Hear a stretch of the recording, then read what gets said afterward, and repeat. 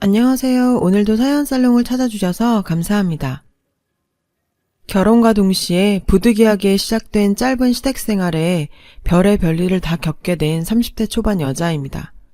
결혼한 친구들 이야기를 들어보면 결혼 생활에서 가장 두려운 존재는 역시 시어머니라고 말하곤 했어요.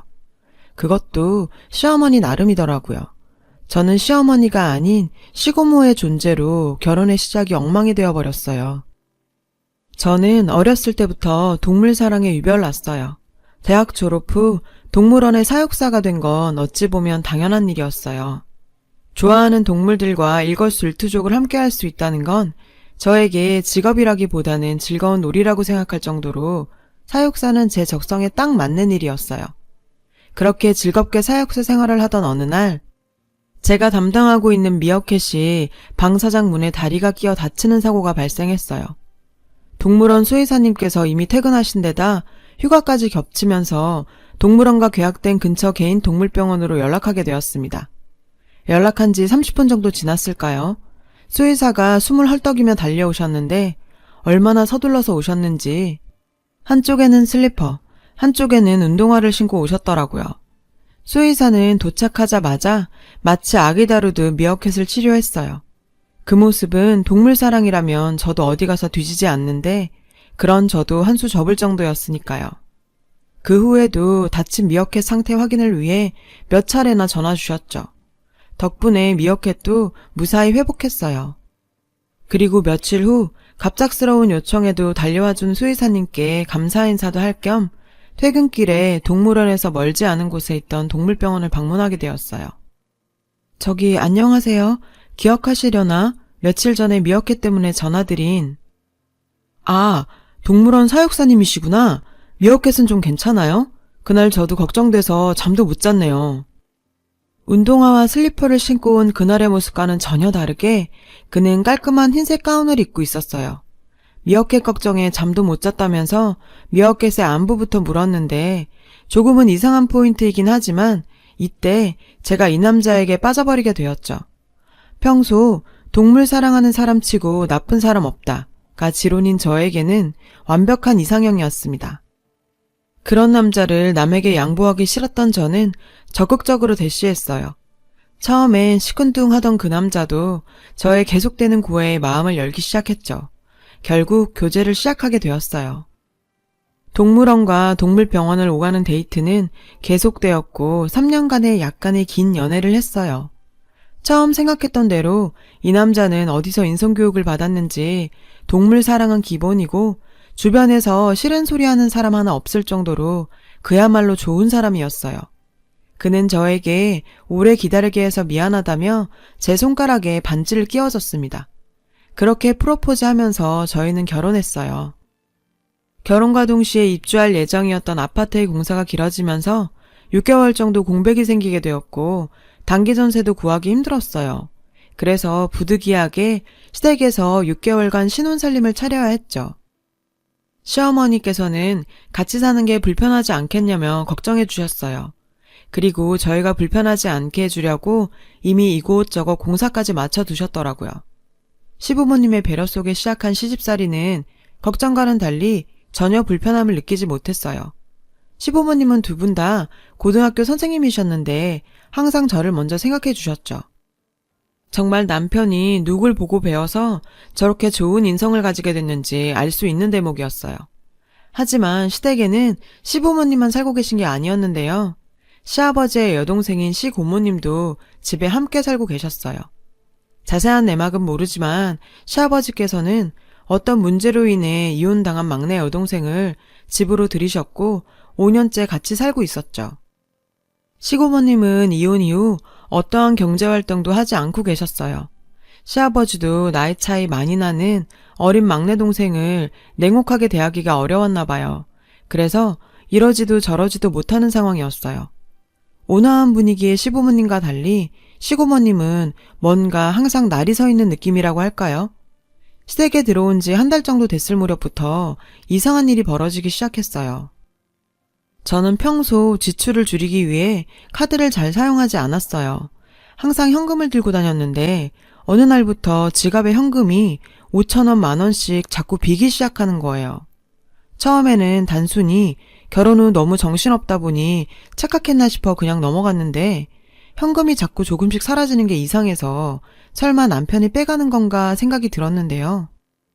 결혼과 동시에 남편은 자기는 금융 쪽은 완전 꽝이라며 저에게 통장을 맡겼고 남편이 버는 모든 수익을 제가 관리했어요. 남편에게는 제가 매달 주는 30만 원이 전부였어요. 물론 부족하면 말을 하라고 했죠. 그 말을 하는 게 좀 쑥스러웠나 싶기도 했고 용돈이 부족해서 5,000원, 10,000원씩 지갑에서 빼가나 생각하니 안쓰럽기도 하고 귀엽기도 하더라고요. 다음 달부터는 용돈을 좀 더 올려줘야겠다고 생각하며 지나갔는데 시간이 지날수록 5,000원, 10,000원씩 비던 지갑이 나중에는 5만 원, 10만 원씩 비게 되니 이걸 도저히 눈 감고 넘어갈 수가 없는 상황까지 오게 된 거죠. 조심스럽게 남편에게 물어보기로 했어요. 자기야, 혹시 용돈이 많이 모자라? 아니, 나 저번 달 용돈도 10만 원이나 남아서 유기묘 단체에 기부했는데 내가 돈 쓸 일이 뭐 있어. 용돈이 남아서 기부했다고 말하는 남편의 얼굴은 도저히 거짓말을 하는 사람이라고 생각할 수 없는 표정이었어요. 그리고 남편은 거짓말을 잘 하지도 못했고요. 도저히 안 되겠다 싶어서 그런 그에게 지금 벌어지고 있는 일에 대해 사실대로 털어놨어요. 이야기를 모두 듣게 된 남편은 묘한 표정을 지으면서 말했는데요. 아, 자기야, 이건 내가 알아볼게. 일단 부모님께는 말씀드리지 말자. 남편 말대로 이 일은 남편에게 맡기고 어느 정도 시간이 흘렀을까요?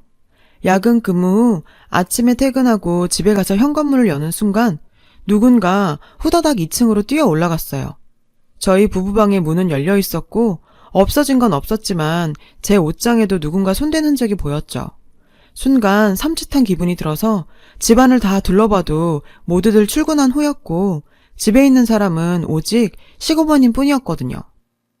저는 용기를 내서 시고모님께 자초지종을 물어보기 위해 2층으로 올라갔는데 저기 고모님, 혹시 저희 방에 들어오셨어요? 누가 들어온 것 같은데 집에는 고모님밖에 없으셔서요. 무슨 소리 하는 거니? 내가 너희 방에 왜 들어가?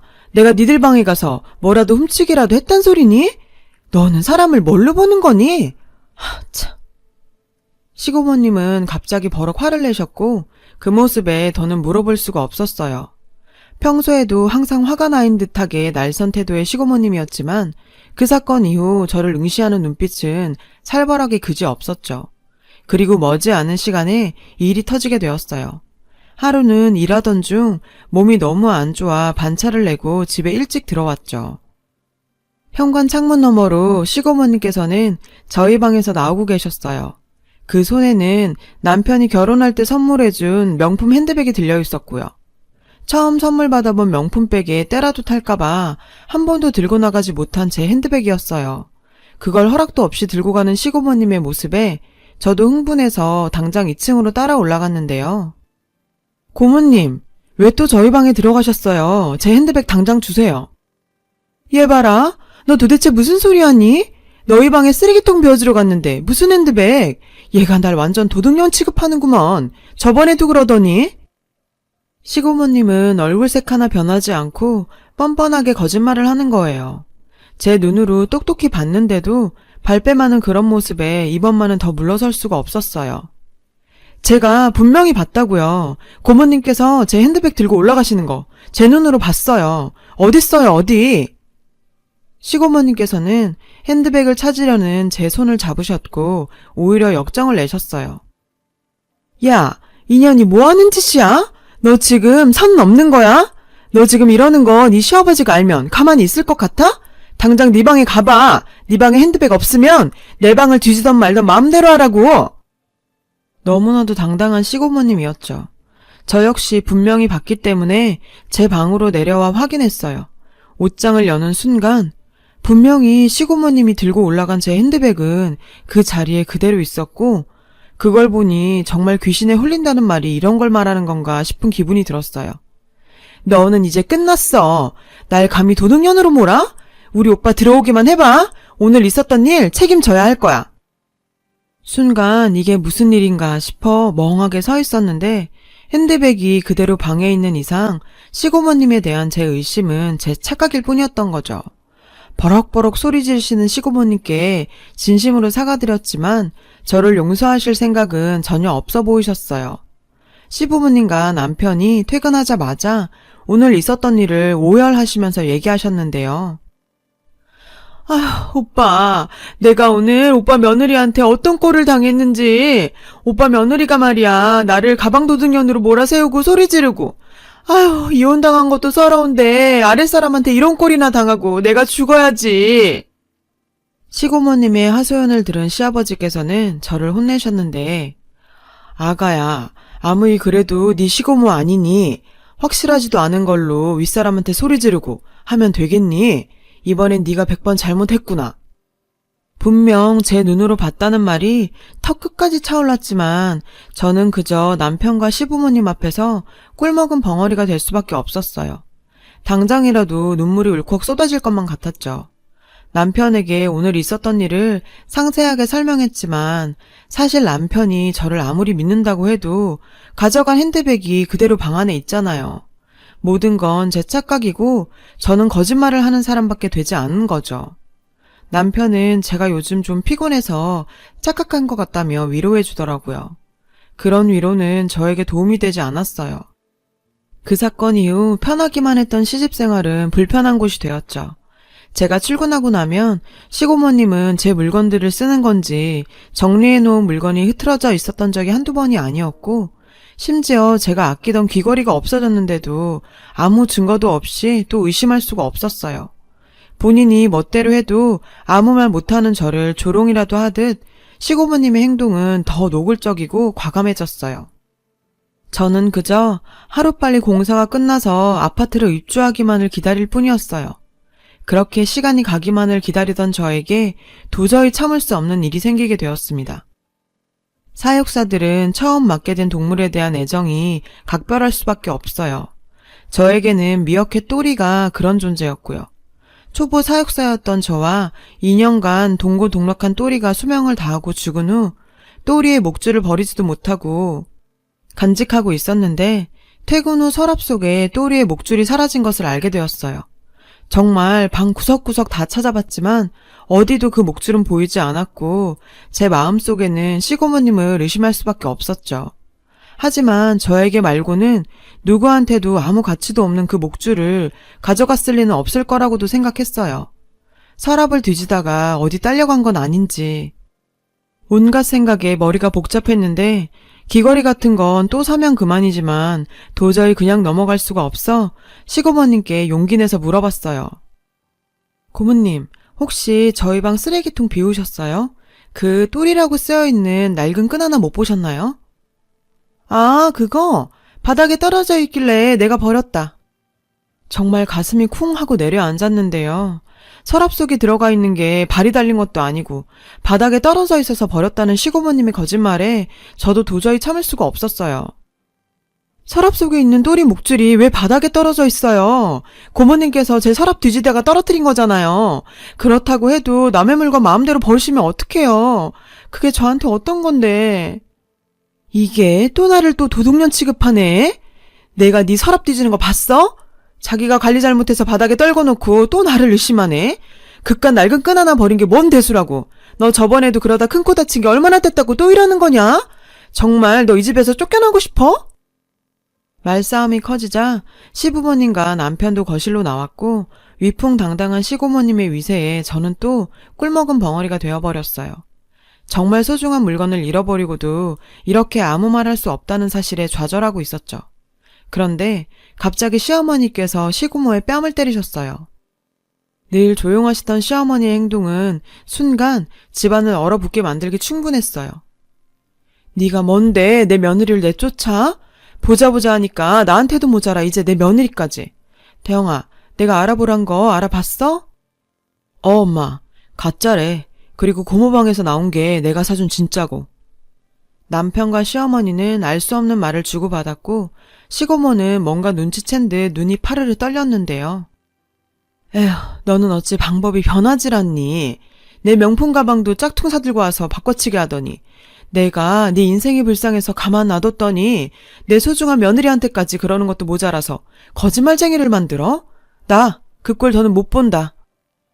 시어머니께서는 이미 한 번 당한 경험이 있으셨고 제 핸드백 사건 이후 남편에게 조용히 알아보라고 하셨던 거예요. 남편이 확인한 결과 시고모님은 짝퉁을 사와서 제 진짜 가방이랑 바꿔치기 한 것이었는데요. 평생 명품 핸드백이라고는 써본 적도 없던 제가 그게 짝퉁인 걸 알아볼 리가 없었죠. 태영아, 네가 나한테 어쩌면 그러니? 내가 너 어릴 때 네 엄마 아빠 출근하면 내가 널 업어 키웠는데 네가 나한테 그러면 안 되지. 고모, 내가 저번에 고모가 지은이 지갑에 손댔을 때 다 말했어야 했어. 내가 그래도 고모한테 고마운 게 많아서 한번 눈 감아준 게 잘못이었어. 이제 나는 내 와이프 지킬 거야. 남편이 본인에게 맡겨달라며 묘한 표정을 지은 이유를 이제야 알 것 같았어요. 맞벌이 부부였던 시부모님이 없을 때 항상 남편을 보살펴준 게 시고모님이었고 남편이 그렇게 했던 이유를 듣고 나니 이해가 되더라고요. 시어머니께서는 정말 끝장을 보실 생각이셨는데 항상 온화하게만 보이던 시어머니의 화난 모습에 시아버지께서도 많이 놀란 눈치셨죠. 당신, 나 지난 5년간 당신 때문에 참고 살았어요. 당신이 막내 아가씨한테 부채의식 많이 느낀 것도 알고 마음 약한 당신한테 그런 가혹한 일 시키고 싶지 않아서 아가씨 이혼 후에 우리 집에 데리고 오는 거 반대하지도 않았어요. 그런데 나한테까지만 했어야지. 사람이 정도란 게 있어야지. 이건 뭐, 난 내 며느리한테까지 그런 일들 물려주고 싶지 않아요. 이젠 당신이 결정해요. 시어머니의 단호한 태도에 시아버지께서도 뭔가 결심하신 눈치였는데요. 막내야, 너 도박하다 이혼당했을 때도 네 빚 다 갚아주고 아무 말 안 했고 너 집에 들인다고 했을 때도 오히려 잘했다고 칭찬해주던 사람이다. 그런데 이 사람이 이렇게 말하는 거면 나는 이제 그렇게밖에 할 수가 없다. 당장 짐 싸서 나가라. 오빠 나한테 이러지 마. 내가 이 집에서 나가면 어딜 가. 제발 한 번만 봐줘. 앞으로 안 그럴게. 시아버지께서는 시어머니의 말은 항상 옳다며 울면서 매달리는 막내 동생을 나가라고 하더라고요. 이런 난리통을 겪다 보니 어느새 공사가 마감되고 입주 준비가 되었어요. 이사가는 날 시아버지께서는 이런저런 상황 속에 저를 오해하고 혼낸 것에 대해 사과하시더라고요. 솔직히 저라도 그 상황에서는 그럴 수밖에 없었다는 걸 이해했어요. 그리고 시어머니는 다시 온화하고 조용한 분으로 돌아오셨어요. 남편과 사귈 때 남편이 항상 우리 엄마는 진짜 멋진 사람이라는 말을 하곤 했었는데 우리 시어머니야말로 진짜 외유내강의 표본이 아닌가 싶어요. 이사 나온 이후에도 당연히 시댁과 자주 왕래하면서 지내고 있어요. 우리 부부도 시부모님처럼 저렇게 늙어가고 싶습니다. 여러분, 사연 댓글에 응원과 현명한 조언 부탁드려요. 좋아요와 구독은 저에게 큰 힘이 됩니다. 오늘도 좋은 일 가득하세요.